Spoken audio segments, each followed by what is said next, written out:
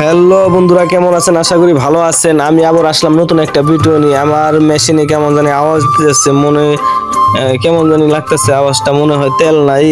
দেখি তেল তো ফুরিয়ে গেছে গা, পরে কি করবো? তেল ভরুম, তেল বললাম একটু ভরার পরে, তারপরে হলো দেখি এখন ঠিক আছে, এখন আওয়াজ সুন্দর আছে। তারপরে এই যে পাইপের যে গুড়ায় এটা লিক হওয়ার সম্ভাবনা আছে, এই জন্য একটু পানি পুনি দিয়ে দিলাম, পানি খালি জায়গা। তারপরে এখন বাগানে যাইতে হইব, বাগানে যে ওই যে হেইসে পানি দিতে হইব গাছের গোড়ায়।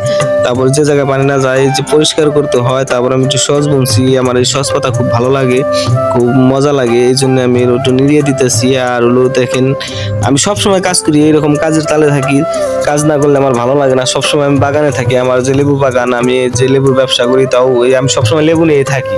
মানে কাজও করি লেবুর, সব আমার মানে সব লেবু ছাড়া ভালো লাগে না। আর এই যে লেবু কত সুন্দর, এই লেবুর অতিরিক্ত দাম এই রমজান মাসে, লেবু পাওয়া যায় না, এই কারণে একটু যত্ন বাড়িয়ে দিছি। তারপরে হলো আমি এই লেবু ছিঁড়বো, লেবু নিয়ে বাজারে যাবো, অনেক টাকা হইবো আমার। তারপরে আমি বেচবো, আর লেবু আমার খুব ভালো লাগে। আপনারা সবাই বুনবেন, আশা করি সবাই ভালো থাকবেন।